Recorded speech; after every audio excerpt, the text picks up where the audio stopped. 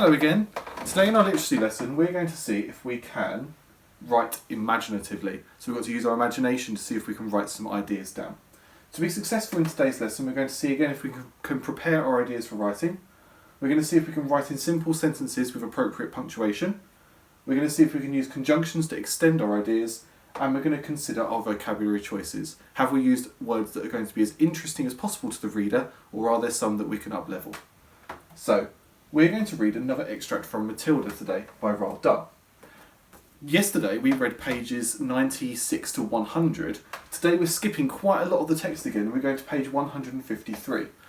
What I need you to know at this part of the story is that Matilda is being accused of putting a newt, which is a small creature, amphibian creature, in Miss Trunchbull's jug of water, even though she didn't do it.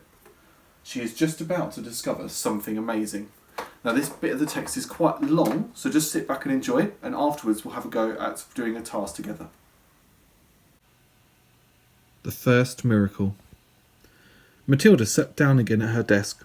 The Trunchbull seated herself behind the teacher's table. It was the first time she had sat down during the lesson.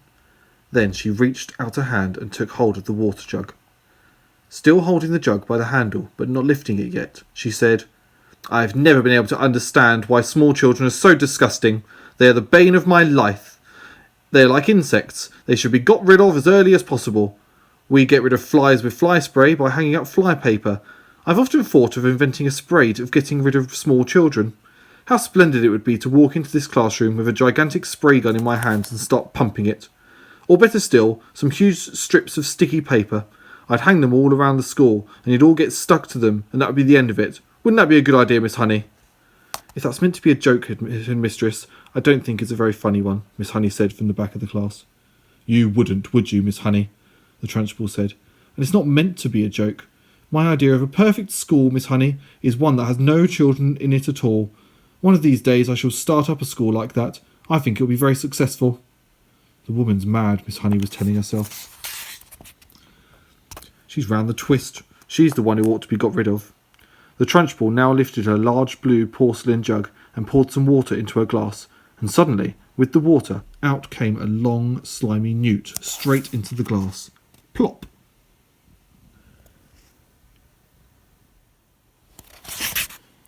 The Trunchbull let out a yell and leapt off her chair as though a firecracker had gone off underneath her, and now the children also saw the long, thin, slimy, yellow-bellied, lizard-like creature twisting and turning in the glass, and they squirmed and jumped about as well, shouting, "What is it? Oh, it's disgusting! It's a snake! It's a baby crocodile! It's an alligator!"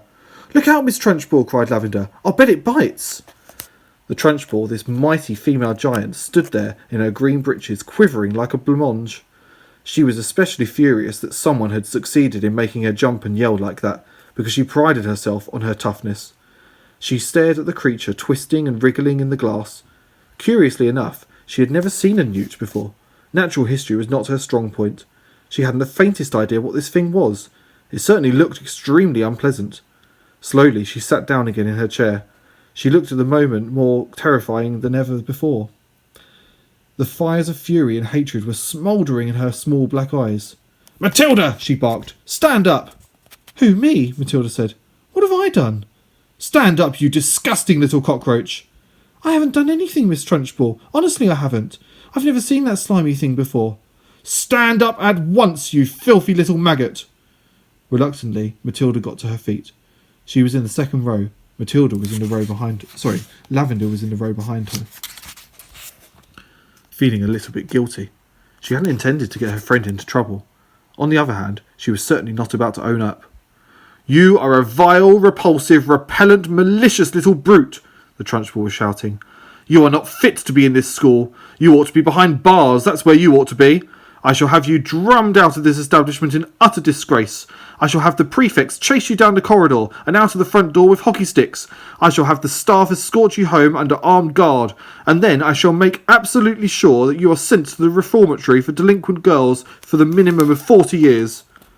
The Trunchbull was in such a rage that her face had taken on the boiled colour and little flecks of froth were gathering in the corners of her mouth. But she was not the only one who was losing her cool. Matilda was also beginning to see red. She didn't in the least mind being accused of having done something she had actually done. She could see the justice of that. It was, however, a totally new experience for her to be accused of a crime that she definitely had not committed. She had had absolutely nothing to do with the beastly creature in the glass. By golly, she thought, that rotten Trunchbull isn't going to pin this one on me. I did not do it, she screamed.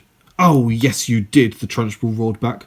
Nobody else could have thought up a trick like that. Your father was right to warn me about you. The woman seemed to have lost control of herself completely. She was ranting like a maniac. You are finished in this school, young lady, she shouted.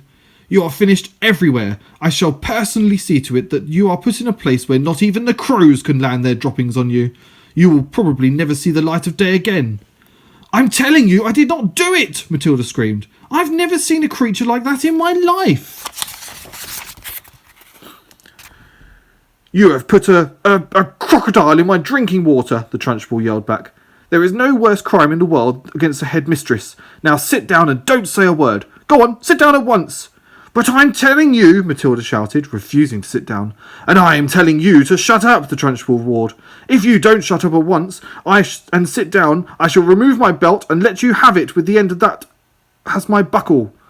Slowly Matilda sat down. Oh, the rottenness of it all, the unfairness. How dare they expel her for something she hadn't done? Matilda felt herself getting angrier, and angrier, and angrier. So unbearably angry that something was bound to explode inside her very soon. The newt was still squirming in the tall glass of water. It looked horribly uncomfortable. The glass was not big enough for it. Matilda glared at the Trunchbull. Oh, how she hated her. She glared at the glass with the newt in it. She longed to march up and grab that glass and tip the contents, newt and all, over her, over the Trunchbull's head. She trembled to think what the Trunchbull would do if she did that. The Trunchbull was sitting behind the teacher's table, staring with a mixture of horror and fascination at the newt wriggling in the glass. Matilda's eyes were also riveted on the glass, and now, quite slowly, there began to creep over Matilda a most extraordinary and peculiar feeling. A feeling was mostly in her eyes. A kind of electricity seemed to be gathering inside them. A sense of power was brewing in those eyes of hers. A feeling of great strength was settling itself deep inside her eyes. But there was also another feeling, which was something else altogether, and which she could not understand. It was like flashes of lightning. Little waves of lightning seemed to be flashing out of her eyes. Her eyeballs were beginning to get hot, as though vast energy was building up somewhere inside them. It was an amazing sensation. She kept her eyes steadily on the glass, and now the power was concentrating itself in one small part of each eye, and growing stronger and stronger, and it felt as though millions of tiny, invisible arms with hands on them were shooting out of her eyes towards the glass she was staring at. Tip it, Matilda whispered. Tip it over. She saw the whole glass wobble. It actually tilted backwards a fraction of an inch, then righted itself again. She kept pushing at it with all those millions of invisible little arms and hands that were reaching out from her inside her eyes, feeling the power that was flashing straight from the two little black dots in the very centres of her eyeballs.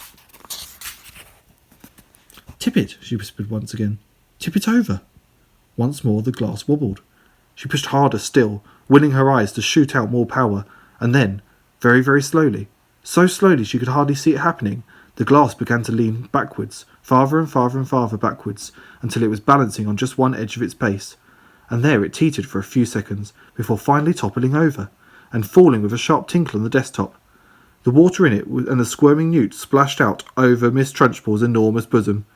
The headmistress let out a yell that must have rattled every window pane in the building, and for the second time in the last 5 minutes she shot out of her chair like a rocket. The newt clutched desperately at the cotton smock where it had covered the great chest, and there it clung with its little claw-like feet. The Trunchbull looked down and saw it, and she bellowed even louder, and with a swipe of her hand she sent the creature flying across the classroom. It landed on the floor beside Lavender's desk, and very quickly she ducked down and picked it up and put it in her pencil box for another time. A newt, she decided, was a useful thing to have around.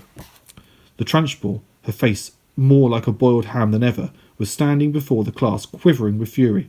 Her massive bosom was heaving in and out, and a splash of water down the front made it look like a dark wet patch that had probably soaked right through to her skin. Who did it? She roared. Come on, own up! Step forward! You won't escape this time. Who is responsible for this dirty job? Who pushed over this glass? Nobody answered. The whole room remained silent as a tomb. Matilda, she roared. It was you! I know it was you! Matilda in the second row sat very still and said nothing. A strange feeling of serenity and confidence was sweeping over her, and all of a sudden she found that she was frightened by nobody in the world. With the power of her eyes alone, she had compelled a glass of water to tip and spill its contents over the horrible headmistress, and nobody who could do that could do anything. "Speak up, you clotted carbuncle," roared the Trunchbull. "Admit that you did it." Matilda looked right back into the flashing eyes of this infuriated female giant and said with total calmness, "I have not moved away from my desk, Miss Trunchbull, since the lesson began. I can say no more." Suddenly the entire class seemed to rise up against the headmistress. "She didn't move," they cried out. "Matilda didn't move. Nobody moved. You must have knocked it over yourself." "I most certainly did not knock it over myself," roared the Trunchbull. "How dare you suggest a thing like that? Speak up, Miss Honey. You must have seen everything. Who knocked over my glass?" "None of the children did, Miss Trunchbull," Miss Honey answered. "I can vouch for it that nobody has moved from his or her desk all the time that you've been here, except for Nigel, and he has not moved from his corner." Miss Trunchbull glared at Miss Honey. Miss Honey met her gaze without flinching. "I am telling you the truth, headmistress," she said. "You must have knocked it over without knowing. That sort of thing is easy to do." "I'm fed up with all you useless bunch of midgets," roared the Trunchbull. "I refuse to waste any more of my precious time in here." And with that she marched out of the classroom, slamming the door behind her. In the stunned silence that followed, Miss Honey walked up to the front of the class and stood behind her table. "Phew," she said. "I think we've had enough of school for one day, don't you? The class is dismissed. You may all go out to the playground and wait for your parents to come and take you home." Did you enjoy that part of the story? I really loved that Matilda discovered these magical powers. So, Matilda learned she had a magical power, which she used to knock over the glass of water with her eyes. If you could have a magical power, what magical power would you like and why?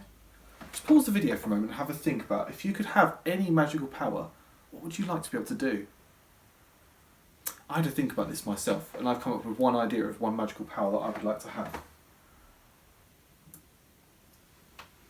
I would like to have the ability to become invisible so that I could sneak around without being detected. This could mean that I could go to lots of different places and learn new things easily without anyone even realising that I'm there. So that's one magical power that I would like to have.